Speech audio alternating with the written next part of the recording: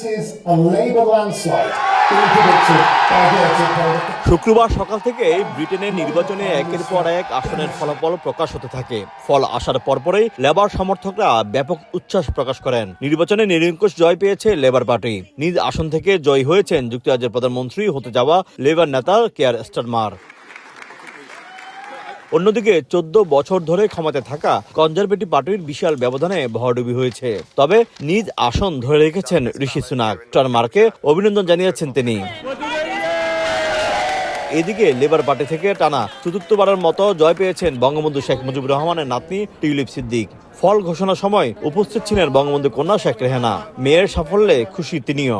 আমি আশা করি যে তার জীবনটাকে উৎসর্গ করেছে পলিটিক্সে, রাজনীতিতে, এবং তার পরিচয় তার দেওয়ার প্রয়োজন হয় না।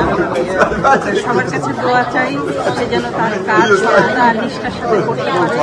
নগদের কাছে সব গ্রাহকই প্রিয়, তাই তো সারা দেশে ক্যাশ আউট চার্জ সবচেয়ে কম। সবাইকে শুভেচ্ছা জানাচ্ছি।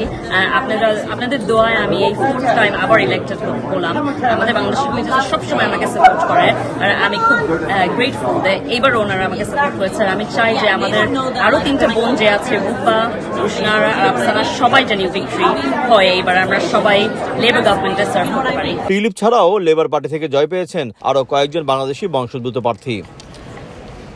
শোয়েব কবির, সময় সংবাদ, লন্ডন।